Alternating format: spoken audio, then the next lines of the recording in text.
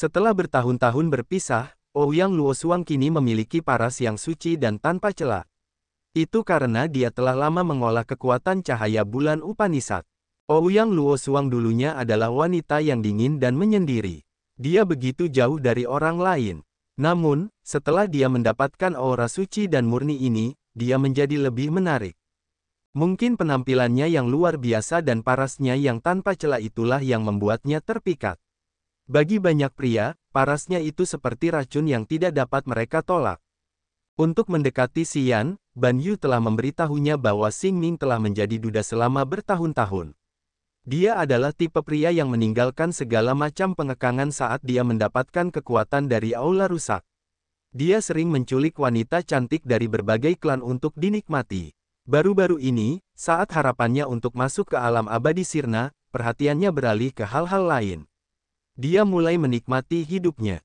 Ban Yu telah menduga bahwa Xing Ming telah mengincar Ouyang Luosuang dan berkomplot melawannya sehingga Xing San dan Wei Yun dapat menculiknya. Xian mengangguk setuju dengannya karena dia masih bisa mengenali bakat khusus Ouyang Luosuang meskipun dia dirantai. Setelah beberapa saat, Xian merenung dan kemudian menunjuk dahi putihnya. Seberkas cahaya bintang terpancar. Sebelum Primordial Spirit Lock bisa bereaksi, dia telah menarik kembali energinya.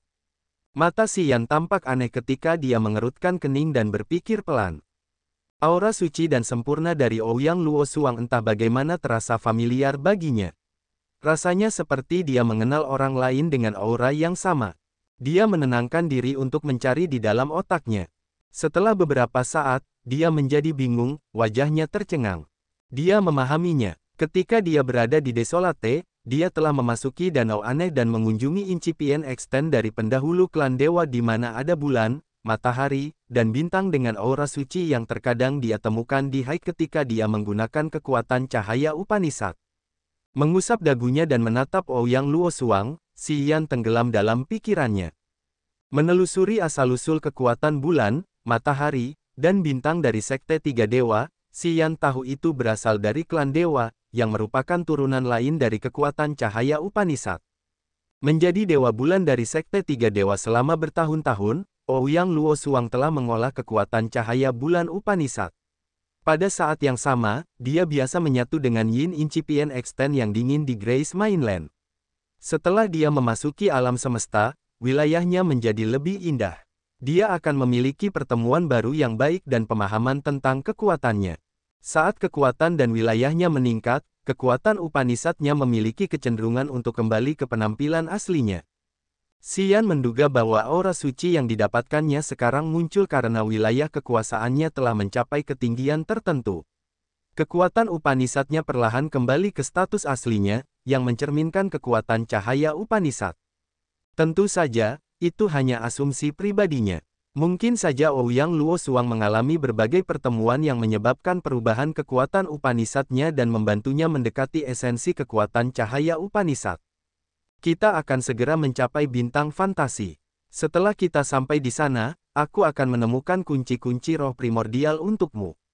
Jangan khawatir, aku akan membebaskanmu. Aku tidak akan membiarkan mereka memenjarakanmu selamanya, kata Xian. Ouyang Luosuang menatapnya dengan tenang. Dia bisa melihat keengganan di matanya seolah-olah dia tidak ingin dia pergi ke bintang fantasi untuk membuat dirinya terbunuh bersamanya. Ban Yu menatap bintang fantasi yang semakin jelas di pandangannya, wajahnya tegas. Area tepi bintang fantasi memiliki banyak cincin cahaya putih cemerlang. Mereka adalah sungai energi dengan penghalang mengerikan yang digunakan bintang fantasi untuk mencegah kapal perang mendekat. Sekte Seribu Fantasi jarang bergantung pada kekayaan materi. Itulah prinsip yang ditetapkan Ling Xiang. Meskipun bintang fantasi adalah planet utama Sekte Seribu Fantasi, tidak banyak kapal perang atau kereta perang yang berpatroli di sekitarnya. Sekte Seribu Fantasi menyukai hewan fantasi yang tinggal di zona fantasi. Mereka menggunakannya sebagai kendaraan lalu lintas mereka. Kupu-kupu fantasi adalah kendaraan populer yang terkenal karena karakteristiknya yang cepat dan lincah. Banyak kupu-kupu fantasi bergerak di sekitar cincin cahaya putih itu. Setiap kupu-kupu fantasi sebesar kereta perang dan membawa prajurit Sekte Seribu Fantasi. Di masa lalu, kapal pengangkut harus menunggu di dekat cincin cahaya. Prajurit Sekte Seribu Fantasi mengendarai hewan fantasi mereka untuk mengangkut bahan-bahan yang telah mereka beli dari kamar dagang tsunami. Namun, hari ini berbeda. Para prajurit Sekte Seribu Fantasi tidak berkeliaran di area yang biasanya mereka dekati. Begitu mereka melihat kapal dagang, mereka berpencar dan mengepung kapal-kapal itu. Tuan, Sekte Seribu Fantasi mengepung kita. Apa yang harus kita lakukan? Seorang prajurit dari kamar dagang menggelapkan wajahnya, api kemarahan muncul di matanya. Ban Yu juga mendengus. Dia tidak waspada terhadap yang lain karena kamar dagang tsunami memiliki dasar dan keyakinan untuk menghadapi Sekte Seribu Fantasi. Teruslah maju, biarkan saja mereka mengepung kita. Sekalipun mereka punya nyali lebih, mereka tidak akan berani menyerang kita. Dia berbalik untuk melihat karena dia tahu bahwa kupu-kupu fantasi dari Sekte Seribu Fantasi telah datang untuk pemuda misterius di kabin. Dia tahu itu karena dia melihat Xing San dan Wei Yun juga menunggangi kupu-kupu itu. Para prajurit kamar dagang mengerutkan kening dan menoleh ke belakang. Mereka tahu mengapa Sekte Seribu Fantasi datang. Mereka berpikir bahwa tidak peduli apapun identitas atau eselon yang dimiliki Xian, dia harus segera meninggalkan kapal. Jika dia ingin datang ke bintang fantasi, dia harus meninggalkan kapal dan memasuki planet itu dengan tenang dari lokasi lain. Karena kapal-kapal kamar dagang tsunami memiliki rute dan lokasi pembongkaran yang tetap, akan sangat mudah bagi yang lain untuk menemukannya. Misalnya, jika dia ingin pergi sekarang, itu akan terlalu sulit. Saya Kapten Feng Hao dari pasukan kupu-kupu fantasi dari Sekte Seribu Fantasi. Teman-teman dari kamar dagang, tolong hentikan kapal kalian. Suara Hao Feng meninggi. Dia menatap Ban Yu di kejauhan dan mengangguk untuk menyambutnya. Ban Yu mengerutkan kening dan mendengus dingin. Kita belum sampai tujuan. Teruslah maju. Para prajurit di kapal pengangkut terus bergerak meskipun Hao Feng meminta. Meskipun kupu-kupu fantasi mendesis tajam, kapal-kapal kamar dagang tsunami dengan kuat menerobos lingkaran mereka dan terus bergerak maju ke bintang fantasi. Mereka berhenti ketika mencapai cincin cahaya putih. Daerah ini adalah tempat mereka biasanya melabuhkan kapal mereka. Hao Feng telah memaksa mereka untuk berhenti lebih awal karena dia tidak ingin mereka tetap dekat dengan bintang fantasi. Kalau tidak, ketika mereka membuat keributan besar, mereka dapat memberi tahu para ahli di bintang fantasi, yang akan memengaruhi janji Hao Feng kepada Xing Ying. Ban Yu tidak memberinya muka. Hao Feng memasang wajah dingin dan menyeramkan, tetapi dia tidak berani menyerang Ban Yu. Dia terus berteriak dan membuat kupu-kupunya bermanuver dan mengelilingi 7 kapal kamar dagang tsunami sekali lagi. Kemudian, dia terbang keluar dari kupu-kupunya dan mendarat dengan terampil di kapal dagang Ban Yu. Garis pandangnya jatuh tepat pada kabin yang tertutup. Pada saat yang sama, Xing Ying telah membawa Xing San dan Wei Yun bersama sekitar 10 prajurit alam dewa etiril dari aula rusak ke kapal Ban Yu. Kudengar kau telah melanggar perjanjian. Kau membawa orang asing di kapalmu ke bintang fantasi. Kau tahu apa konsekuensinya? Hao Feng mencibir. Kepercayaan kamar dagang tsunami adalah hal yang paling banyak dibicarakan orang di jagat raya yang luas ini. Itulah alasan mengapa orang-orang mempercayai Anda. Anda telah secara proaktif mengoyak kesepakatan kita. Saya ingin tahu bagaimana Anda akan menjelaskannya kepada yang lain. Mata Phoenix Xing Ying memancarkan cahaya yang menyeramkan, wajahnya tajam dan kejam. Dia memiliki aura dingin dan jahat seperti ular yang tinggal di gua yang gelap dan lembab. Ban Yu tidak puas dengan Xian, tetapi dia juga membenci Hao Feng dan Xing Ying. Dia mendengus dan kemudian berkata, manajer kota besi dingin kita telah memerintahkan ini. Saya tidak dapat menangani situasi ini. Jika Anda ragu, pergilah bicara dengan atasan Anda untuk berbicara dengan manajer kota kita. Saya melakukan tugas saya untuk membawanya ke sini. Dia tidak ingin mempermalukan mereka. Sepertinya kamar dagang tsunami telah menjadi sombong. Anda pikir Anda dapat memaksa orang untuk membeli produk Anda. Saya akan memberi tahu ayah saya. Mari kita lihat bagaimana manajer Anda menjelaskannya. Mata Xing Ying gelap. Baiklah, seperti yang Anda inginkan, Ban Yu mengangkat bahu. Dia bahkan tidak ingin melihatnya. Dia berbalik ke kabin tertutup, merenung, lalu berkata, sesuai permintaan manajer kota, aku hanya akan membawamu ke daerah ini. Kami tidak akan ikut campur dalam urusanmu nanti. Saat Dia mengatakan itu, Hao Feng, Xing Ying, Xing San, dan Wei Yun sangat terkejut. Saat mereka melihat Ban Yu bersikap berani, mereka mengira Ban Yu ingin melindungi Xian. Bagaimanapun, Ban Yu adalah bagian dari staf kamar dagang tsunami. Jika dia ingin melindungi Xian dan itu adalah yang diinginkan oleh atasan kamar dagang tsunami, itu akan menjadi masalah besar bagi mereka. Mereka tidak menyangka bahwa setelah bersikap berani, Ban Yu akan menyangkal hubungannya dengan Xian. Perubahan mendadak ini sangat mengejutkan mereka. Mereka merasa itu tidak dapat dijelaskan karena mereka tidak dapat mengetahui hubungan seperti apa antara Ban Yu dan Xian. Hei teman, kamu masih ingin bersembunyi. Sudah waktunya untuk bertemu, bukan? Hao Feng sempat bingung sejenak, lalu bereaksi. Hao Feng tahu bahwa jika Ban Yu secara proaktif menghapus hubungan mereka, pemuda ini tidak punya hubungan dengan kamar dagang.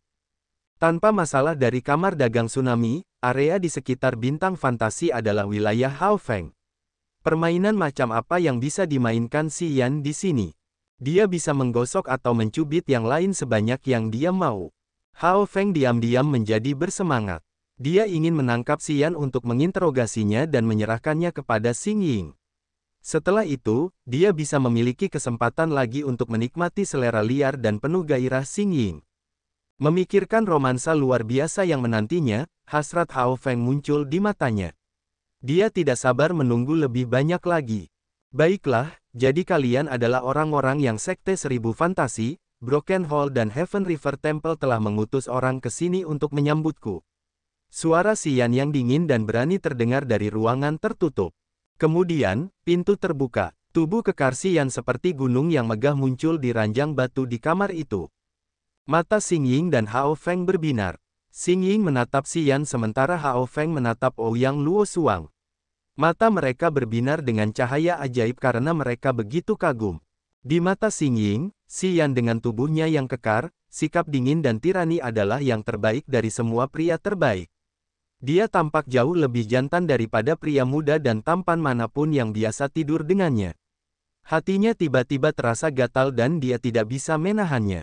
Pada saat yang sama, Ouyang Luosuang tanpa kerudungnya dan dengan wajahnya yang indah, auranya yang suci dan tanpa celah telah menarik perhatian Hao Feng dalam-dalam. Sepasang pezina ini telah menatap Xian dan Ouyang Luosuang tepat setelah pintu terbuka dan mereka tidak bisa mengalihkan pandangan dari dua lainnya. Mereka hampir lupa alasan mengapa mereka datang ke sini. Sementara mereka masih bingung, Xian melangkah keluar ruangan dan berkata dengan dingin, bahkan jika Ling Xiang, Caesar, dan Lorraine tidak datang untuk menyambutku secara pribadi, mereka seharusnya membiarkan Gulian, Xing Ying, atau Lena datang ke sini. Nah, Sekte Seribu Fantasi, Aula Rusak, dan Kuil Sungai Surga tidak memiliki tata krama yang baik. Mereka membiarkan beberapa junior datang untuk menyambutku. Aku ingin mendengar penjelasan Ling Xiang, Caesar, dan Lorraine. Mendengarnya, Xing Ying dan Hao Feng menenangkan diri, tatapan mereka begitu aneh. Ban Yu mendengus dan mencibir dalam hati. Baiklah, teruslah berpura-pura. Mari kita lihat berapa lama kau bisa berpura-pura. Ouyang Luosuang mendesah dan memaksakan senyum.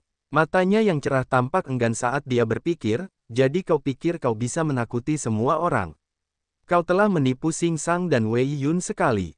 Apakah kau pikir kau bisa menipu mereka sekali lagi? Para prajurit dari Broken Hall dan Tousan Fantasy Sect memasang wajah dingin dan menatapnya, aura pembunuh mereka melesat ke udara. Siapa yang menyimpan kunci primordial Spirit Lock? Xian berjalan keluar ruangan, menatap Xing Sang dan berbicara dengan arogan. Dia dan aku memiliki hubungan yang dalam. Berikan aku kuncinya. Aku akan berbicara dengan Caesar tentang ini sendiri. Wajah Xing Sang meringis. Dia tidak bisa menahannya lagi dan dia berteriak, diam. Jangan bertarung di kapalku. Ban Yu menengahi dan mengerutkan kening, jika kau merusak kapal kami, kau harus mengganti rugi. Jika kau ingin bertarung, silakan pilih area lain. Sekte Seribu Fantasi, Aula Rusak, dan Kuil Sungai Surga telah mengundangku ke sini. Apakah ini cara kalian memperlakukan tamu terhormat? Xian mendengus dan berkata dengan dingin, baiklah, sepertinya aku perlu menemui atasanmu di bintang fantasi untuk membicarakan ini. Dia mengulurkan satu tangan untuk meraih lengan baju Ouyang Luosuang untuk menghindari kontak fisik dengannya yang akan mengaktifkan kunci roh primordial. Dia memegang lengan bajunya dan menyeretnya keluar dari kapal dagang Ban Yu seolah-olah dia tidak melihat para prajurit dari Sekte Seribu Fantasi dan Aula Rusak di sekitarnya mengawasinya. Dia ingin langsung menuju bintang fantasi. Xing Shang dan Wei Yun bergerak dan menghalangi jalannya. Pada saat yang sama, Xing Ying dan Hao Feng telah memberi isyarat kepada para prajurit dari Sekte Seribu Fantasi dan Aula Rusak untuk menunggangi kupu-kupu fantasi untuk menghalangi jalannya. Tuan, prajurit di kapal kamar dagang tsunami tidak dapat menahan diri untuk tidak bertanya kepada kapten mereka. Ban Yu menggelengkan kepalanya, menyiratkan bahwa mereka tidak boleh mengganggu bisnis mereka. Kami bertanggung jawab untuk mengangkut material yang dipesan oleh Sekte Seribu Fantasi. Kami tidak perlu peduli dengan hal-hal lainnya, hanya berdiri dan melihat mereka. Para prajuritnya berdiri diam, kepala mereka menunduk. Sekte Seribu Fantasi ingin menangkap Xian terlebih dahulu dan menerima material dari kapal pengangkut nanti. Karena itu, tim Ban Yu tidak berani pergi. Mereka harus menunggu hingga acara ini selesai. Para prajurit Ban Yu dan kamar dagang tsunami melihat Xian yang dikepung. Mereka harus tetap waspada untuk melihat bagaimana situasi akan berkembang. Xian masih terbang seperti orang bodoh yang tidak takut dengan kekuatan Sekte Seribu Fantasi dan Aula Rusak.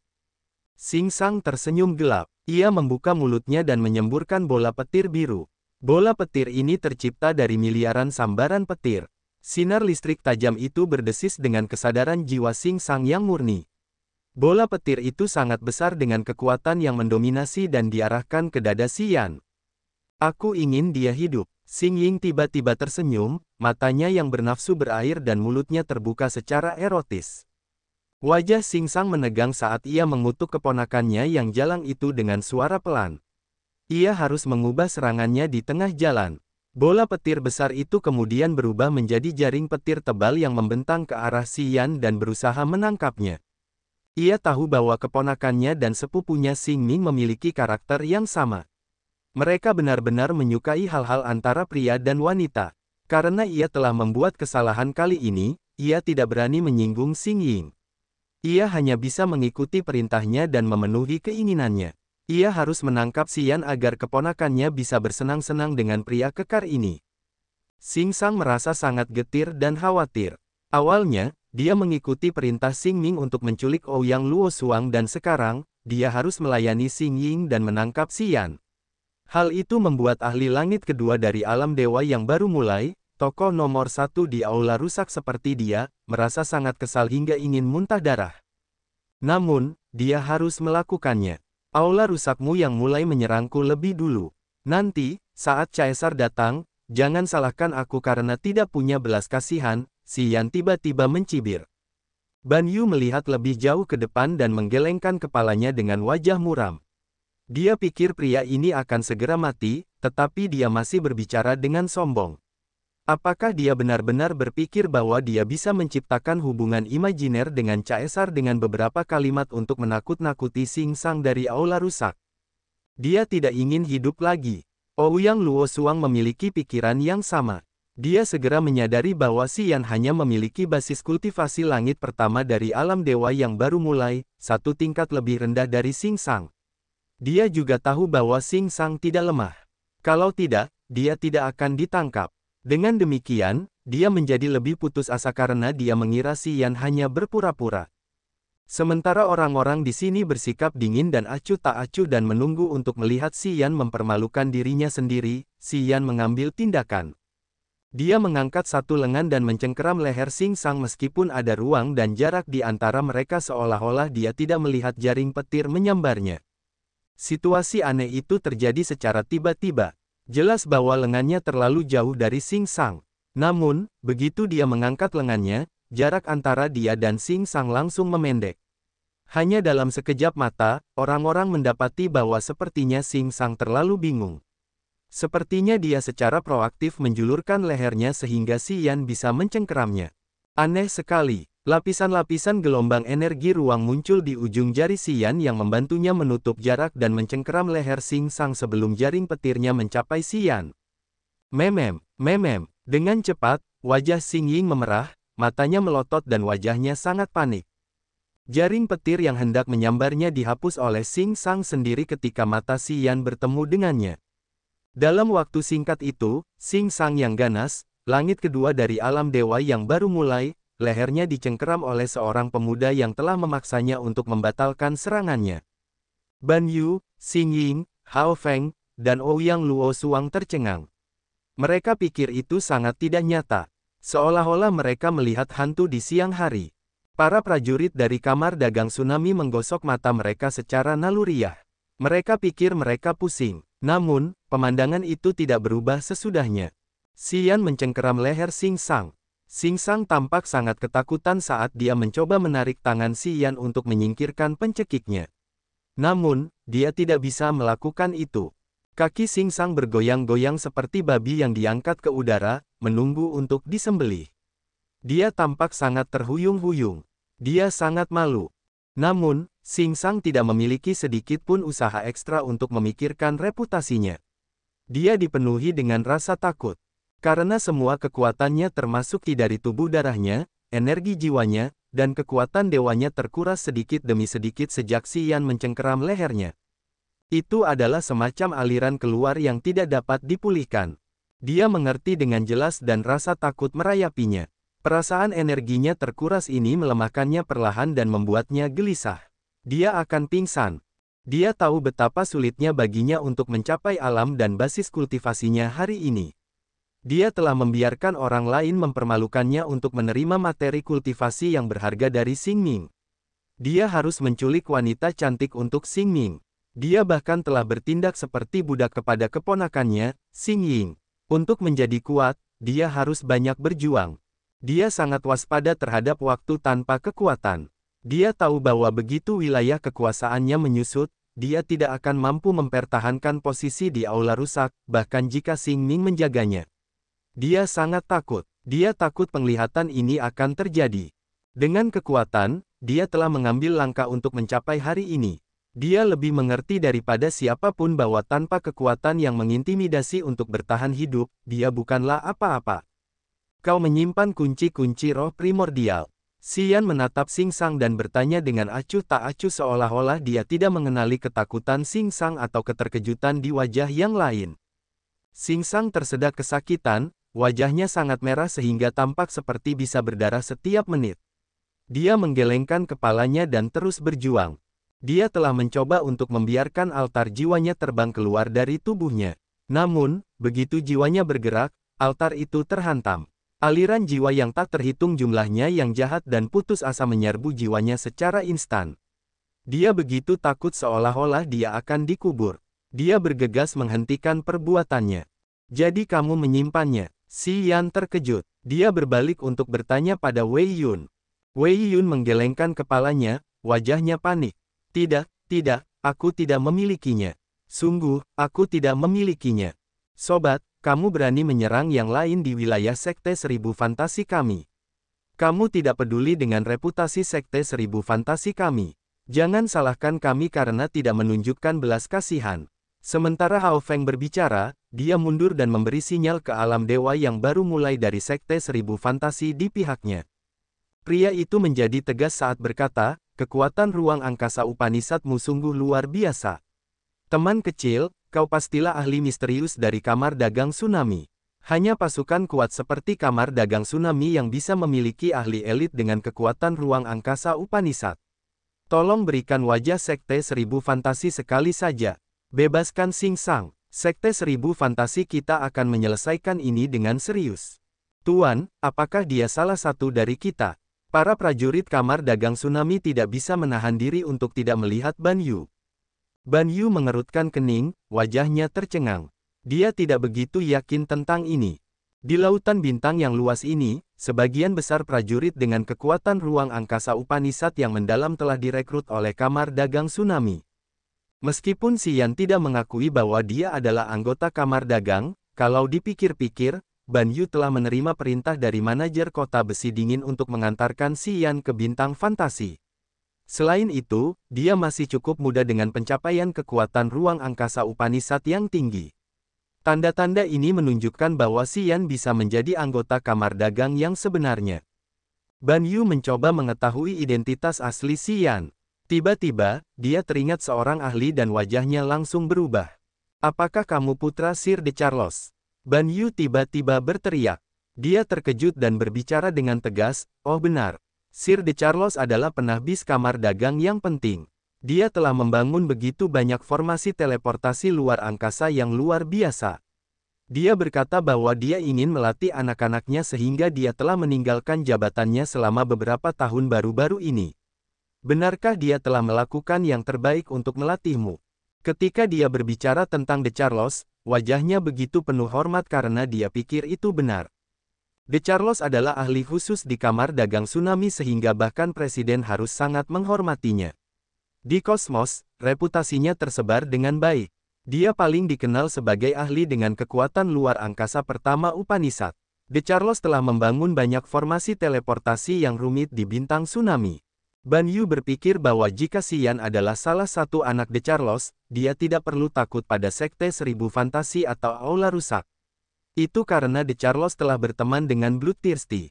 Pada saat yang sama, De Charles telah membantu suku kegelapan kekaisaran dan suku monster surgawi untuk membangun formasi teleportasi luar angkasa. Dia adalah seorang bijak dengan kekuatan supernatural dan posisi yang luar biasa di alam semesta yang luas ini. Mendengar Ban Yu berteriak, Hao Feng dan ahli alam dewa awal dari Sekte Seribu Fantasi bersama dengan Xing Ying dan para prajurit aula rusaknya harus mengubah wajah mereka. Ketika mereka melihat Xian sekali lagi, wajah mereka aneh seolah-olah mereka benar-benar takut pada De Charles. Mereka merasa seolah-olah tangan mereka diikat. Tuan De Charles adalah penahbis penting kamar dagang kami. Meskipun dia tidak mengakui bahwa dia adalah anggota kami selalu menganggapnya sebagai salah satu dari kami. Tentu saja, anggota keluarganya adalah anggota kamar dagang tsunami kami juga. Kalian tahu apa yang harus dilakukan sekarang, kan? Ban Yu tiba-tiba mendesis. Para prajurit kamar dagang tsunami berteriak untuk membalasnya. Mereka menaiki kereta perang, terbang keluar, dan bersiap untuk terlibat dalam pertempuran ini. Keterlibatan para prajurit kamar dagang tsunami semakin meresahkan para prajurit Sekte Seribu Fantasi dan Aula Rusak. Mereka merasa tangan mereka terikat saat melihat Xian menyandera Xing Shang. Ban Yu telah memastikan bahwa Xian adalah keturunan De Charles, yang membuat identitasnya semakin kuat. De Charles memiliki hubungan baik dengan Bloodthirsty, suku kekaisaran kegelapan, dan suku monster surgawi. Itu berarti bahwa Sekte Seribu Fantasi dan Aula Rusak tidak dapat menyinggung perasaannya. Xing Shang ditangkap. Apa yang harus mereka lakukan? Xing Ying dan Hao Feng merasakan sakit kepala yang luar biasa. Xian sangat terkejut. Dia belum pernah mendengar tentang ahli yang bernama De Charles. Dia bingung ketika Ban Yu terdengar begitu yakin bahwa dia adalah keturunan De Charles. Namun, dia tidak mencoba menjelaskannya dengan jelas. Dia tetap mencengkeram Xing Shang dan berbicara dengan dingin, berikan aku kunci-kunci roh primordial jika kamu menginginkannya kembali. Saat lengan baju Ouyang Luo Suang dirantai dengan cahaya bintang yang lembut, dia berdiri tegak di samping Xian. Meskipun dia tidak bisa bergerak atau berbicara, penampilannya yang murni dan elegan begitu menarik. Matanya yang jernih begitu memesona hingga memancarkan cahaya yang indah. Dia juga ketakutan. Selama beberapa tahun terakhir, dia telah menjelajahi alam semesta yang luas sendirian. Dia memiliki pengetahuan yang lebih baik. Dia tahu nama penahbis pertama kamar dagang tsunami ini, De Charles. Dia tahu bahwa dia adalah ahli kekuatan luar angkasa Upanishad. Dapat dikatakan bahwa pencapaiannya dalam memahami kekuatan luar angkasa Upanishad adalah yang terbaik di kosmos ini. Xian adalah anak De Charles. Ouyang Luo Suang tercengang, tetapi dia lebih skeptis karena dia tahu bahwa Xian berasal dari Grace Mainland dan ketika dia berada di tanah air mereka, dia belum pernah mendengar tentang nama De Charles. Dia memeriksa ekspresinya dan mendapati bahwa dia juga terkejut. Ouyang Luo Suang segera memahaminya, Ban Yu salah paham dan Xian hanya berpura-pura. Dia tidak tahu apakah harus menangis atau tersenyum. Namun, harapan muncul di hatinya. Dia tahu kebenarannya, tetapi Sekte Seribu Fantasi dan Aula Rusak tidak tahu. Begitu pula Ban Yu. Dengan reputasi De Charles dan Xing Shang yang disandera, dia mungkin punya kesempatan untuk diselamatkan. Kami tidak punya kunci-kunci roh primordial. Kami tidak bisa memberikannya kepadamu. Xing Ying tersentak. Dia merenung lalu berkata dengan lembut, bagaimana dengan ini? Kita akan pergi ke bintang fantasi dulu. Aku akan menemui ayahku untuk mengambil kuncinya dan memberikannya kepadamu. Bisakah kau memberiku lebih banyak waktu? Xian mengangkat bahu dan berbicara dengan santai, mungkin. Kemudian, dia menggunakan energi bintang untuk membawa Ouyang Luosuang bersamanya sementara tangannya yang lain masih memegang Xingsang. Dia mulai terbang menuju wilayah bintang fantasi. Saat ini, wajah Xingsang meringis dan senguh hati babi. Dia terus-menerus mengerjapkan mata ke arah Xing Ying dengan harapan Xing Ying akan menolongnya atau menyelamatkannya. Xing Ying bertindak seolah-olah dia tidak melihat sinyalnya. Karena Ban Yu telah mengonfirmasi identitas Xian sebagai generasi selanjutnya dari The Charlos, Hao Feng dan para prajurit Sekte Seribu Fantasi tidak berani bertindak gegabah. Mereka tetap diam dan acuh tak acuh. Dia adalah keturunan dari seorang konsentrator penting di kamar dagang kita. Kita seharusnya tidak memasuki bintang fantasi. Tapi aku khawatir itu akan menjadi pengecualian kali ini. Setelah kita menjelaskannya, kita akan pergi. Ban Yu terdengar berani. Dia memberi isyarat kepada para prajurit kamar dagang tsunami di kereta perang untuk mengikuti Xian ke bintang fantasi. Tunggu sebentar, ini masalah penting. Aku harus melaporkannya terlebih dahulu. Ahli alam dewa awal dari Sekte Seribu Fantasi yang menemani Hao Feng akhirnya menyadari bahwa ada sesuatu yang salah. Dia tidak ingin membiarkan Hao Feng bertindak sendiri. Dia harus menanggapinya dengan serius karena merupakan tanggung jawabnya untuk berpatroli di lapisan luar bintang fantasi. Tentu, Ban Yu mengangguk. Semua orang menoleh ke Xian. Xian menyeringai lalu mengubah seringainya menjadi senyum aneh dan cerah. Lebih baik kau melaporkannya langsung ke Ling Xiang. Kalau tidak, akan sulit untuk menyelesaikannya nanti. Pakar itu mengubah wajahnya karena takut. Dia merasa keadaannya menjadi semakin aneh. Secara naluriah, dia berpikir ada yang tidak beres. Xian terlalu tenang. Ketika Sekte Seribu Fantasi dan Aula Rusak mengelilinginya dan mengancamnya, dia sama sekali tidak tampak takut atau panik. Ketenangannya terasa aneh bagi mereka. Dari pengalaman mereka, penampilan seperti ini hanya dimiliki oleh dua jenis orang, yang menyedihkan dan bodoh, dan mereka yang memiliki latar belakang yang kuat. Pakar ini dapat melihat bahwa Xian sama sekali tidak bodoh. Jadi, sekarang hanya ada satu kemungkinan. Dia tidak takut pada siapapun dari Sekte Seribu Fantasi atau Aula Rusak. Kesimpulan ini telah membuat sang pakar takut. Awalnya dia berpikir bahwa dia harus menghubungi atasan Hao Feng. Namun sekarang, dia berubah pikiran. Dia memutuskan untuk melapor langsung ke Master Sekte. Silakan tunggu di sini. Sikapnya menjadi lebih hormat. Dia membungkukkan tubuhnya sedikit lalu berbalik untuk menjauh dari Xian sebelum menggunakan metode rahasianya untuk menghubungi Ling Xiang. Hao Feng, Xing Ying, dan Ban Yu tampak terkejut karena mereka tidak dapat memahami apa yang sedang terjadi. Terutama Hao Feng. Dia tahu ahli ini memegang posisi tinggi di Sekte Seribu Fantasi. Kecuali dia bertemu dengan rekan-rekannya seperti Lena dan Xing Ming, dia tidak begitu berhati-hati atau hormat. Saat dia memperlakukan Xian seperti ini, ia mengungkapkan fakta bahwa dia telah mempertimbangkan posisi Xian seperti Lena atau Xing Ming. Hao Feng ketakutan. Ia menyesali tindakan gegabahnya karena ia tahu ia telah menginjak jarum kali ini. Wajah cantik Xing Ying tampak tidak yakin. Ia menggeram dingin dan melotot ke arah Wei Yun. Kalian telah melakukan hal-hal baik kali ini. Ban Yu tampak santai dan menunggu. Ketika ia melihat Xian, ia tersenyum. Hao Feng, Xing Ying, dan Ban Yu berasumsi bahwa Xian adalah generasi penerus The Charlos karena mereka mengira itulah alasan mengapa ia tidak takut pada Sekte Seribu Fantasi, Aula Rusak, dan Kuil Sungai Surga. Ia tidak takut dengan hukuman mereka. Tepat ketika mereka mengejar pikiran mereka sendiri, ahli alam dewa baru yang telah menghubungi Ling Xiang tiba-tiba mengatakan sesuatu yang membuat mereka benar-benar bingung. Pria itu berbalik, wajahnya ketakutan. Guru telah memerintahkan kita untuk menunggu di sini. Ia akan datang bersama Guru Caesar dan Guru Lorraine. Bahkan ahli itu sendiri terkejut. Ia memandang Xian seolah-olah ia adalah sesuatu yang benar-benar luar biasa.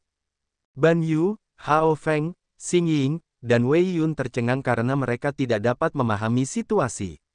Di posisi mereka, Ling Xiang, Caesar, dan Lorraine tidak perlu menyambut Xian, anak-anak De Charlos, atau bahkan De Charlos sendiri. Terlebih lagi, mereka bertiga datang ke sini bersama-sama. Di lautan bintang yang luas ini, siapa yang memenuhi syarat untuk membuat mereka bertiga menyambutnya secara pribadi? Kepala klan dewa, matriark suku kegelapan kekaisaran. Xing Ying dan Wei Yun memucat. Mereka gelisah dan cemas. Wajah Hao Feng masam karena dia sangat menyesali tindakannya. Ouyang Luo Suang mengira dia sedang bermimpi. Dia menatap Xian, jantungnya berdebar kencang. Dia menemukan bahwa dia telah meremehkan Xian dan misterinya. Ban Yu bingung. Dia mengusap dagunya, wajahnya aneh. Dia juga tidak tahu alasannya. Dia mengerti bahwa bahkan jika Presiden Kamar Dagang Tsunami datang ke sini, dia tidak akan memiliki delegasi yang menyambut seperti itu.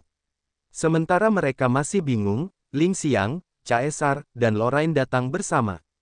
Gulian, Xing Ning, dan Lena, para manajer dengan kekuatan nyata dari Tousan Fantasy Sect, Broken Hall, dan Heaven River Temple juga menemani mereka. Hahaha, begitu Ling Xiang tiba, dia tertawa riang, suaranya dipenuhi dengan kegembiraan. Kau benar-benar memberiku muka. Begitu kau naik tahta, kau datang untuk mengunjungi bintang fantasiku. Itu kehormatan kami. Namun, sebelum kau tiba, kau tidak memberi tahu kami waktu yang tepat. Itulah sebabnya kami tidak bisa mengatur lebih awal untuk menyambutmu dengan baik. Namun, kami merasa malu. Tim Ling Xiang telah berdiskusi dan memutuskan untuk memberi muka pada Xian untuk menghilangkan penjaganya dan membantu mereka memperlancar segalanya. Jadi, mereka semua datang untuk memberinya kesan yang baik untuk memenuhi apa yang telah mereka diskusikan. Di mata mereka, Xian masih sangat muda, jadi jika mereka memperlakukannya dengan baik dan memberinya rasa hormat yang pantas, mereka dapat membujuknya. Ban Yu, Hao Feng, Xing Ying, Wei Yun, dan Ouyang Luo Suang, tentu saja, tidak mengetahui rencana Ling Xiang. Mereka tidak tahu bahwa mereka datang ke sini secara pribadi dengan tujuan lain. Jadi, semua prajurit dari Sekte Seribu Fantasi, Aula Rusak, dan Sekte Seribu Fantasi di luar bintang fantasi menjadi terdiam setelah mereka mendengar suara Ling Xiang. Mereka semua menatap Xian sekarang. Mereka semua tercengang. Mereka memiliki pertanyaan besar di kepala mereka yang memenuhi pikiran mereka dan memenuhi ruang pikiran mereka yang lain. Siapakah pria ini? Xing Sang masih berjuang. Itu adalah keterbatasannya. Dia mencoba menggeliat dan membuat suara untuk menarik perhatian orang. Siapa ini? Caesar mengerutkan kening, suaranya rendah. Bawahan aula saya. Mengapa dia menyinggung Anda, Tuan? Xian menatap Ban Yu dan bertanya, jelaskan saja padanya. Ban Yu bingung. Ia masih tenggelam dalam kecurigaan besar ini. Saat Caesar dan Xian mengawasinya, ia membungkuk sedikit dan menceritakan situasinya. Caesar mendengus dan melirik Xing Ning yang berdiri di belakangnya, tatapannya begitu tajam. Xing Ning menundukkan kepalanya, keringat membasahi dahinya. Ia bahkan tidak berani membalas. Meskipun Caesar hampir mengabaikan masalah aula rusak, Xing Ning tahu betapa mengerikannya Caesar. Di alam abadi dan dengan basis kultivasinya, akan mudah jika Caesar ingin membunuhnya. Xing Ning bergantung pada nama Caesar untuk melakukan banyak hal. Yah, kurasa aula rusak kami tidak memerlukan izinmu untuk menangkap 1 atau 2 orang, Tuan. Jika dia temanmu, itu salah kami. Tapi ku dengar dari Ban Yu bahwa kalian. Caesar mengerutkan kening. Ia belum selesai. Wajahnya masih tegang. Caesar, prajurit yang terobsesi dengan seni bela diri, juga terkenal dengan karakteristiknya yang berani dan dingin, tetapi sekarang ia tampak begitu terkejut. Banyak prajurit di sekitarnya terkejut, wajah mereka aneh. Karena pada saat ini, Xian tiba-tiba melepaskan Xing Ying dan menarik Ouyang Luo Suang, memeluk tubuhnya yang sempurna. Dia kemudian mencium bibirnya yang indah. Ciumannya kasar dan kuat sehingga semua orang bisa melihatnya dengan jelas. Setelah itu, dia tidak peduli dengan kemarahan dan rasa malu di mata Ouyang Luo Suang. Dia hanya mengangguk ke Caesar dan berkata, dia wanitaku. Suaranya tirani dan sombong. Dia telah mengejutkan banyak wanita di sekitarnya. Mereka tampak pusing dan bergairah karena dia. Xing Ying merasakan tubuhnya menjadi sangat panas. Bahkan Lena dan Lorraine pun bingung. Wajah mereka memerah, tatapan mereka aneh. Baiklah, ini kesalahan Broken Hall kita. Maafkan saya. Saya minta maaf karena tidak mengendalikan bawahan saya dengan baik. Saya harap mereka tidak terlalu merepotkan Anda, Tuan. Caesar juga seorang penguasa dari pasukan besar, tetapi dia dengan tegas mengakui kesalahannya. Kemudian, dia menatap Xing Ming dengan brutal dan mendengus, apakah Anda membutuhkan saya untuk mengajari Anda apa yang harus dilakukan? Tidak perlu, Tuan. Xing Ming membungkuk, dan menyerahkan kunci-kunci roh primordial. Dia menggenggam tangannya dan berbicara kepada Xi Yan dengan tulus. Saya tidak tahu bahwa wanita ini adalah wanita Anda. Tolong tunjukkan belas kasihan. Sepupu saya salah kali ini. Kami akan memberi Anda penjelasan yang tepat. Dia menatap Xing Shang, merenung, lalu berbicara, potong satu tangan. Xing Shang memucat, mulutnya berkedut. Dia ingin menangis tetapi dia tidak bisa. Mata Xing Ming begitu dingin dan menyeramkan saat dia menatapnya. Xing Shang menggigil dan menggertakkan giginya. Dia kemudian mengeluarkan pisau tajam dan memotong lengan kirinya. Rasa sakit dari luka itu membuatnya berjongkok. Tuan, apakah sekarang sudah baik-baik saja? Xing Ming menatap Xi Yan. Mereka semua menatap Xi Yan. Ban Yu, Hao Feng, dan Xing Ying berubah warna. Melihat Xing Shang memotong lengannya, mereka merasa seperti ada pedang tajam yang memotong tubuh mereka. Mereka bahkan bisa merasakan sakitnya dan pikiran mereka begitu tegang. Tunggu sebentar, saya harus menjelaskannya. Xi Yan tidak mengubah raut wajahnya seolah-olah dia tidak keberatan Xing Shang memotong lengannya. Dia menerima kunci dan menggunakan metode yang Ban Yu katakan kepadanya untuk membuka kunci roh primordial. Kunci roh primordial memiliki lekukan, yang merupakan lubang kunci. Xi Yan memasukkan kunci dan mengirimkan seberkas kekuatan dewa miliknya. Setelah suara retakan, kunci roh primordial terlepas dan gumpalan jiwa yang terkurung di dalam rantai kembali ke kepala Ouyang Luo Suang sebagai ular tak terlihat, menyatu dengan jiwa inangnya. Setelah dia terlepas, hal pertama yang dilakukan Ouyang Luo Suang adalah melemparkan tatapan penuh kebencian kepada Xi Yan. Kemudian, dia masih berdiri di sampingnya, wajahnya ramah kepadanya. Dia tahu bahwa kata-kata Xi Yan lah yang mengatakan bahwa dialah wanitanya yang telah mengembalikan kebebasannya kepadanya dan memotong satu lengan Xing Shang. Jika dia ingin mempertahankan kebebasannya sekali lagi, dia harus terus memainkan perannya. Jadi, dia hanya bisa menempel pada Xi Yan. Wajahnya yang cantik menjadi malu meskipun dia mengutuk Xi Yan dalam hati. Dia telah memanfaatkan kesempatan untuk menggertaknya, tetapi dia hanya bisa mengikuti arusnya. Suang kecil, bagaimana menurutmu? Xi Yan berkata dengan lembut. Setelah Xi Yan mengatakan itu, dia bisa merasakan tubuh Ouyang Luo Suang yang menempel di sisinya menegang. Xi Yan mencibir dalam hati, tetapi wajahnya masih serius dan suaranya lembut, Suang kecil, jika itu tidak cukup, tidak apa-apa untuk memotong lengannya yang lain. Dia melirik Xing Shang. Xing Shang merasakan hawa dingin menjalar di tulang punggungnya. Bahkan urat nadinya menggigil. Ouyang Luo Suang menatap Xing Shang lalu Xing Ming, matanya dingin. Dia berbicara dengan acuh tak acuh. Kamu tidak perlu repot-repot dengan itu. Aku bisa bergerak sekarang, tetapi aku tidak bisa menghubungi guruku. Dia akan membalas dendam untukku. Xi Yan bingung. Tim Caesar juga bingung. Kemudian mereka tertawa santai seolah-olah mereka tidak terlalu mempermasalahkan kata-kata Ouyang Luo Suang. Tuan, silakan pergi ke bintang fantasi. Ling Xiang tersenyum dan mengangguk kepada ahli alam dewa yang baru mulai yang telah melaporkan kepadanya tentang kejadian itu karena dia pikir mereka sudah selesai di sini. Hao Feng tidak cocok untuk kapten pasukan kupu-kupu fantasi. Kamu pergi dan bicaralah dengan seniornya. Yang lain mengangguk dan menatapnya dengan hormat. Dari kejauhan, wajah Hao Feng berubah menjadi abu-abu kecoklatan. Sekarang, dia hanya memiliki keputusasaan yang enggan di matanya. Dia tahu apa yang dikatakan Ling Xiang mirip dengan hukuman mati baginya. Dia tidak akan pernah bisa bangkit lagi di Sekte Seribu Fantasi. Dia melihat Xi Yan pergi, hatinya dipenuhi dengan penyesalan dan pikiran pahit. Dia tahu bahwa dia tidak akan pernah bisa membalas dendam terhadap Xi Yan. Orang ini adalah karakter yang harus datang dan disambut oleh Master Sekte mereka secara pribadi. Hao Feng dan keluarganya hanya bisa berdiri dengan kepala tertunduk. Jika mereka berani memprotes, mereka akan dihapus dari Sekte Seribu Fantasi. Dia hanya bisa menelan buah pahit ini dan melupakan kejadian ini. Berbeda dari Hao Feng, mata Xing Ying cerah karena dia begitu terobsesi dengan Xian. Hasratnya yang bernafsu bergejolak di dalam hatinya. Di matanya, Xian dingin dan sombong, yang merupakan sifat pria paling sempurna di dunia ini. Jika dia bisa menghabiskan satu malam dengan pria seperti ini, bahkan jika dia harus mati, itu akan sepadan. Dia telah menyingkirkan Hao Feng, orang yang menghabiskan satu malam yang panas dengannya, dari pikirannya. Dia bahkan tidak melihat Hao Feng dalam kesusahannya. Dia tidak memberinya sepatah kata pun untuk menghiburnya. Dia langsung berjalan pergi dan mengayunkan pinggulnya dari satu sisi ke sisi lain. Dia berjalan ke Xing Ning, ayahnya tanpa melirik yang lain. Baginya, Hao Feng sekarang hanyalah seseorang di masa lalu. Saya tahu dari Presiden Kamar Dagang Tsunami bahwa Anda akan datang ke sini. Itulah sebabnya Caesar dan Lorraine ada di sini untuk menunggu Anda.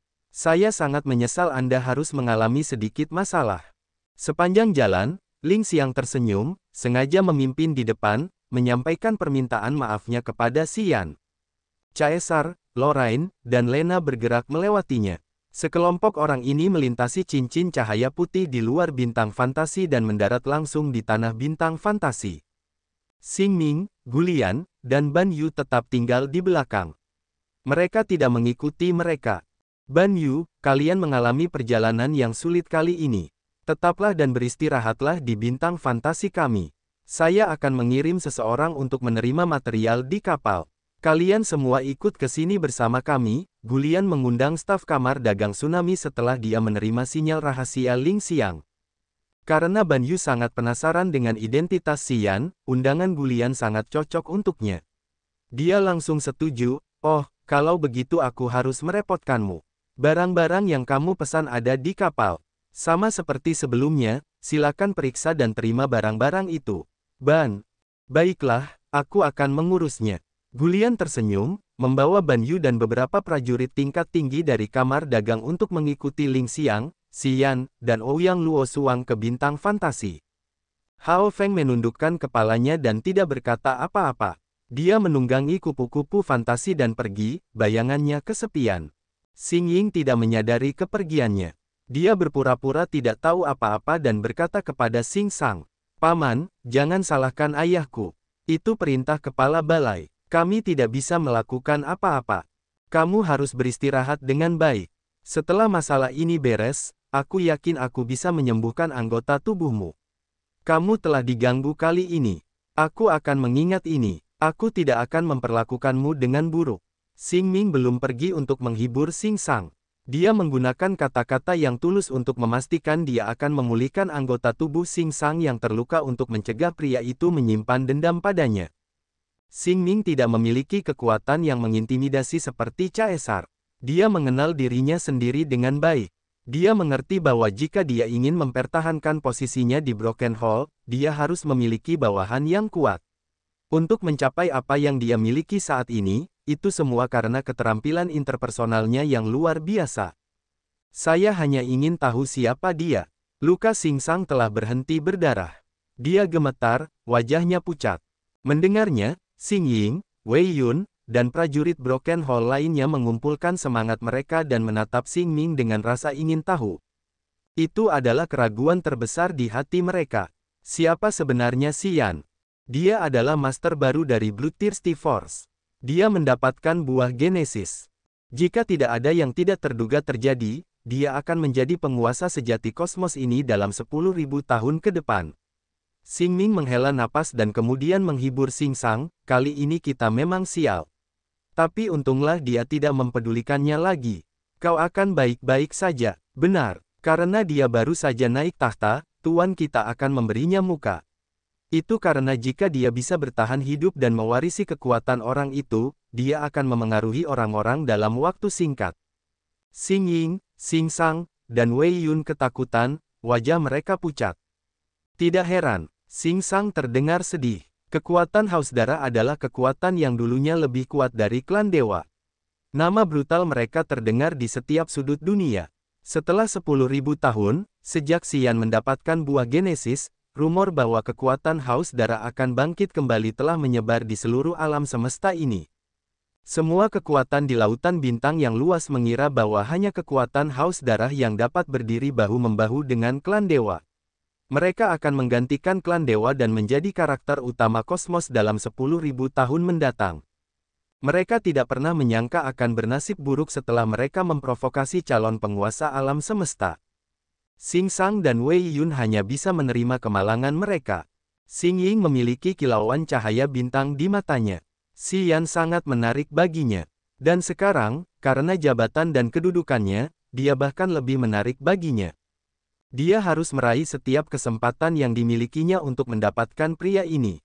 Dia harus mendapatkannya dengan cara apapun. Dia telah mengambil keputusan. Di luar zona fantasi, itu adalah ruang yang kacau dan rusak dengan 6 meteorit besar yang menciptakan medan energi aneh seperti 6 sungai yang berkumpul. Inti bintang yang indah seperti cahaya bulan melesat dari kejauhan dan jatuh ke arah 6 meteorit. Seorang pria yang tampak malas sedang duduk di inti itu dan minum anggur harum dan buah-buahan berkilau.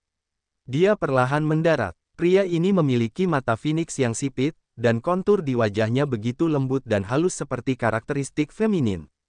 Penampilannya seperti air yang lentur, yang benar-benar aneh. Pria itu mengenakan jubah longgar yang dapat ditemukan di mana saja. Namun, lengan bajunya benar-benar lebar seolah-olah dia menyimpan kekuatan supernatural yang tak terbatas di sana. Inti bulan yang dia tunggangi adalah esensi bulan cerah dari bintang bulan yang baru saja dia sempurnakan. Itu adalah alat yang telah dia persiapkan untuk dikultivasikan oleh muridnya. Daerah ini adalah tempat dia dan muridnya telah sepakat untuk bertemu. Setelah dia mendarat, ekspresi malas di wajahnya menghilang. Cahaya suci melesat keluar dari matanya dan menerangi tempat itu. Kemudian, cahaya itu memproyeksikan situasi yang telah terjadi di sini. Perlahan-lahan, wajahnya menjadi menyeramkan. Dia mendengus, orang-orang dari aula rusak itu berani memaksa muridku. Mereka seharusnya tahu seberapa tinggi langit ini. Kemudian, dia menyentuh inti bulan. Miliaran sinar bulan melesat keluar seperti jarum perak yang sangat tajam. Engah, engah. Hanya dalam sekejap mata, keenam meteorit itu meledak. Pecahannya membombardir zona fantasi secara besar-besaran. Mereka menciptakan tornado dahsyat yang berputar-putar di sekitar zona fantasi. Banyak prajurit dari Sekte Seribu Fantasi yang beroperasi di sekitar zona fantasi berada dalam bahaya. Api amarah pria itu telah banyak mengganggu mereka. Banyak ahli alam dewa ethereal terbunuh dengan kejam. Tornado itu tercipta di dalam zona fantasi. Tornado itu menyerang sekitar dan kemudian menuju bintang fantasi. Akhirnya, cincin cahaya putih yang melindungi bintang fantasi menghentikan mereka. Dan pria itu mengendarai inti bulan, dengan jahat menyerang sekitar dengan kejam. Dia telah membunuh banyak hewan fantasi di jalannya.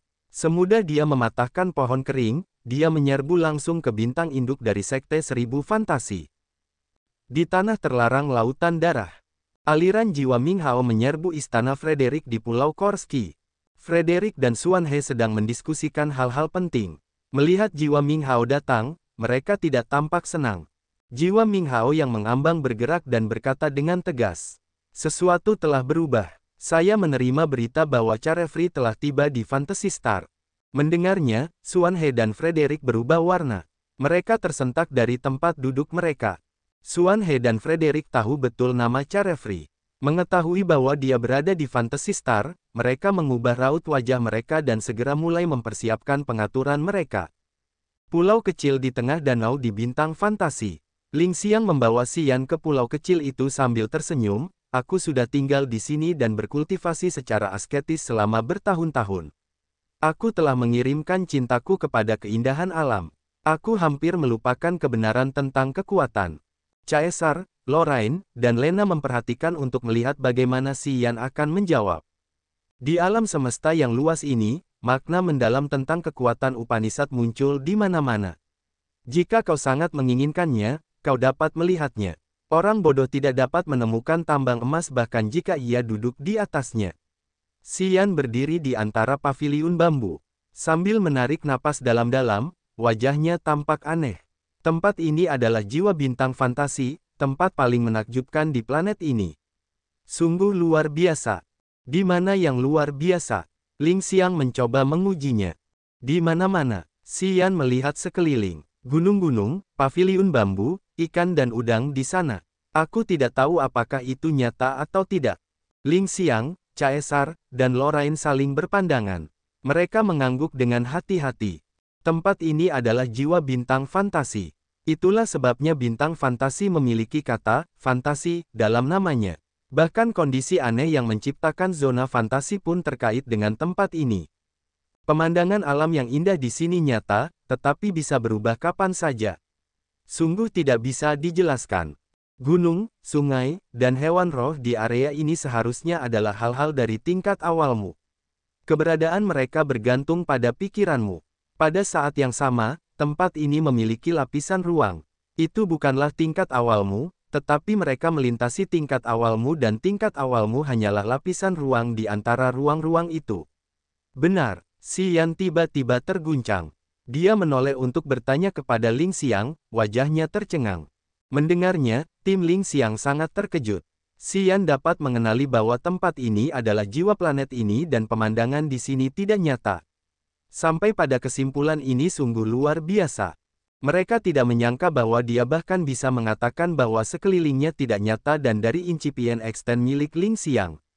Menutup matanya untuk merasakan sejenak, dia memberitahu mereka bahwa incipien extend milik Ling Xiang adalah satu lapisan dari lapisan ruang di sini.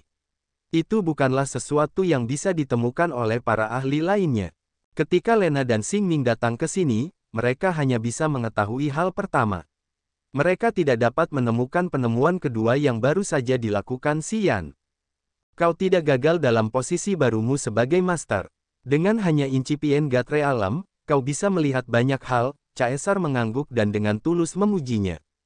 Matamu memang tajam. Sepertinya klan dewa akan menerima banyak masalah kali ini, Lorraine tersenyum alami. Ouyang Luosuang berdiri di samping Xian. Dia hanya berjalan mendekatinya dan tidak berkata apa-apa. Pada saat ini, cahaya bulan memancar dari matanya yang cerah dan jatuh ke kakinya. Sebuah transformasi ajaib muncul. Cahaya bulan dari matanya seperti asam kuat yang mulai mengikis gunung dan danau yang tenang, mengubah dunia ini dengan cepat. Dunia yang diciptakan dengan lapisan ilusi tersapu oleh cahaya bulan dari matanya. Tak lama kemudian, dunia nyata muncul dalam pandangan mereka.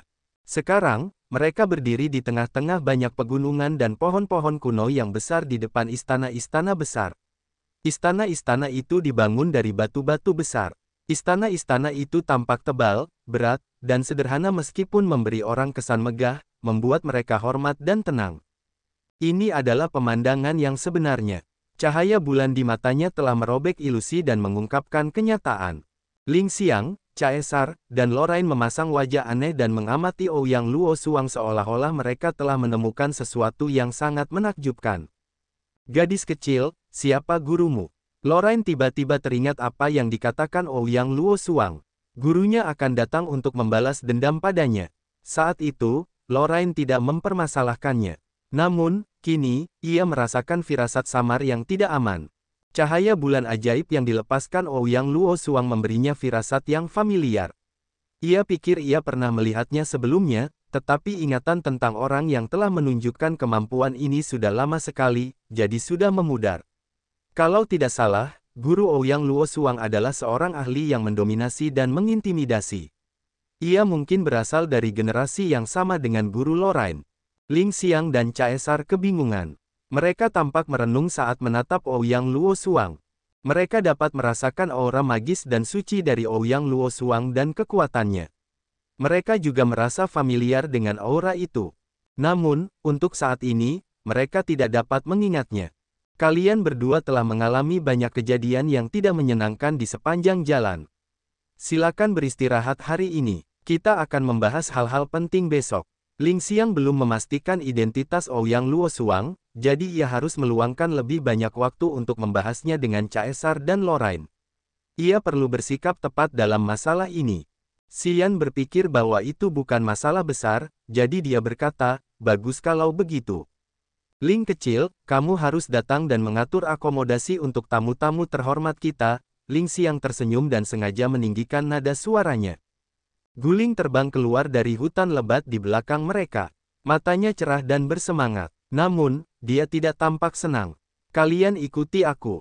Ling kecil adalah putri angkatku. Ayahnya adalah saudara angkatku. Sayangnya, dia telah meninggal saat dia masih muda, Ling Xiang menjelaskan, matanya tampak sedih.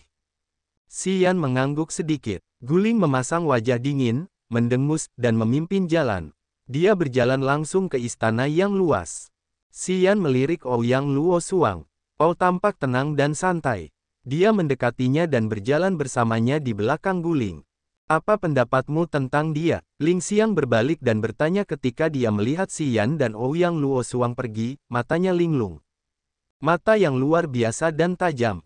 Meskipun wilayahnya masih rendah saat ini, dia akan berkembang pesat dengan kekuatan supernatural Bloodthirsty, jawab Lorraine. Tidak sesederhana itu. Dengan kekuatan mengerikan Bloodthirsty Upanishad, dia tidak perlu khawatir tentang mengumpulkan kekuatan. Namun, dia masih perlu mengambil langkah-langkah untuk memahami wilayahnya. Lena menggelengkan kepalanya, aku berada di puncak alam dewa yang baru mulai, hanya selangkah lagi dari alam abadi. Namun, langkah ini telah menggangguku selama 2000 tahun. Kurangnya pemahaman tentang wilayah akan menahan wilayah itu bahkan jika aku memiliki cukup kekuatan murni untuk menerobos. Caesar, bagaimana menurutmu? Tanya Ling Xiang. Dia mengalahkan Harson dan Haik.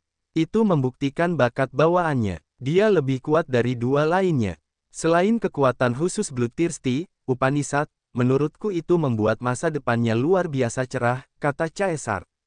Aku setuju dengan Caesar. Jika anak ini bisa bertahan hidup, dia akan menjadi karakter yang menakutkan, Ling Xiang mengangguk. Apakah kau merasakan aura yang familiar dari wanita itu? Lorraine tiba-tiba bertanya. Itu juga menjadi perhatianku, kata Ling Xiang, wajahnya tegas. Aku tahu aku pernah merasakannya dari seseorang. Tapi sekarang aku tidak tahu siapa orangnya. Jadi, aku biarkan mereka beristirahat dulu. Kalian harus memperhatikan. Ya, aku juga merasa familiar. Sepertinya seseorang pernah memberitahuku sebelumnya, kata Caesar. Mereka curiga, mengerutkan kening, dan berpikir. Di sisi lain, Guling dengan ekspresi wajahnya yang jelek membimbing Xian dan Ouyang Luo Suang ke sebuah istana. Wajah kecilnya begitu dingin ketika dia berkata, tempat ini adalah tempat tamu terhormat kita dirawat. Silakan masuk. Jika kalian butuh sesuatu, kalian bisa memanggil pelayan. Kemudian, Guling memasang wajah penuh kebencian dan mengumpat laki-laki dengan suara pelan. Dia pergi sambil mendengus.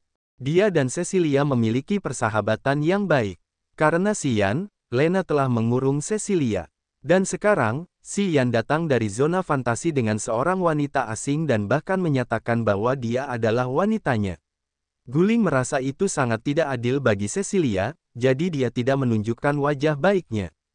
Tunggu sebentar, aku melihatmu bersama Cecilia terakhir kali. Dia tidak datang ke sini bersama gurunya Lena. Xian memanggilnya dan bertanya. Mengapa kamu bertanya tentang Cecilia? Kamu telah menemukan kebahagiaan lagi. Mengapa kamu perlu mengkhawatirkan mantanmu? Pria sangat tidak setia. Mata Guling beralih antara Ouyang Luo Suang dan Xian, mengejek. Apakah Cecilia ada di sini atau tidak? Xian mengerutkan kening. Aku tidak tahu. Guling mendengus dan segera berbalik, wajahnya dingin. Sudah bertahun-tahun dan kau masih saja bersikap santai. Dimanapun kau berada, kau tidak pernah kekurangan wanita cantik untuk menemanimu. Kau tidak dapat mengubah garis-garismu bahkan jika seseorang memukulmu sampai mati. Suara dingin dan jernih Ouyang Luo Suang muncul setelah Guling pergi. Kesadaran jiwanya memeriksa sekeliling dan tidak menemukan seorang pun di dekat mereka. Karena itu, dia tidak ingin tinggal di dekat Xian lagi. Dia secara proaktif menjauhkan diri darinya, wajahnya dingin tetapi cerah. Xian berdiri di dekat pintu dan melihat arsitektur kuno istana. Mendengar suaranya, dia berbalik, matanya mengamati tubuhnya saat dia berkata, jadi, apakah kau salah satu wanita di pihakku? Yah, kami berpelukan dan berciuman. Kau salah satu dari mereka, Dia membentak karena sikap mengejek Ouyang Luo Suang. Wajah Ouyang Luo Suang yang seperti batu giok memerah saat dia menggertakkan giginya. Bajingan. Apapun yang kau katakan, beberapa hal tidak dapat diubah. Selain itu, di bintang fantasi ini, kau harus mengakui bahwa kau adalah wanitaku, kata Xian sambil mengangkat bahu. Tunggu sampai guruku datang, kami akan menjelaskannya. Gadis kecil itu tidak akan membencimu lagi. Ouyang Luo Suang menarik napas dalam-dalam dan kemudian kembali ke raut wajahnya yang normal. Dia telah melatih wataknya lebih baik daripada orang lain. Aku sangat ingin tahu, siapa gurumu? Xian menyipitkan matanya. Aura di tubuh Ouyang Luo Suang mirip dengan aura ahli klan dewa yang dikenalnya. Dia skeptis tentang ini, tetapi dia tidak punya bukti apapun. Dia penasaran ketika Ouyang Luo Suang menyebut gurunya. Dan sekarang, dia melakukannya lagi, jadi Xian mengambil kesempatan untuk bertanya padanya. Siapa dia? Ouyang Luo Suang tampak bingung. Dia ragu-ragu sejenak lalu berkata, aku tidak tahu profilnya. Namun, alam dan basis kultivasinya sangat dalam. Dia punya sesuatu untuk dilakukan di bintang fantasi jadi dia memintaku untuk menunggu di luar. Saat menunggunya, aku ditemukan dan ditangkap. Berhenti sejenak, mata cerah Ouyang Luo Suang berubah lembut saat dia bergumam. Tetap saja, aku perlu berterima kasih padamu. Aku tidak menyangka orang sedingin dirimu akan menyelamatkanku. Xian mengusap hidungnya. Aku dulu tidak ingin menyelamatkanmu. Namun, aku mengingatmu tahun itu dan kupikir jika orang seperti Xing Ning melecehkanmu, bahkan dewa pun tidak akan tahan. Aku tahun itu. Ouyang Luo Suang terdengar terkejut. Xian mengangguk, matanya aneh saat mengingat ingatannya. Tahun itu, alamku sangat rendah. Saat kau memecahkan meteorit di kota meteor langit dan keluar, kau seperti dewa suasana hati yang datang ke dunia ini. Kau begitu murni dan cantik. Saat itu, aku pikir wanita sepertimu seharusnya hanya muncul dalam mimpi pria. Kau seharusnya tidak nyata. Tahun itu, Xian bagaikan seekor semut kecil, sementara Ouyang Luo Suang bagaikan dewi bulan di alam langit. Ada jurang yang dalam di antara mereka yang tidak akan pernah bisa ia lewati.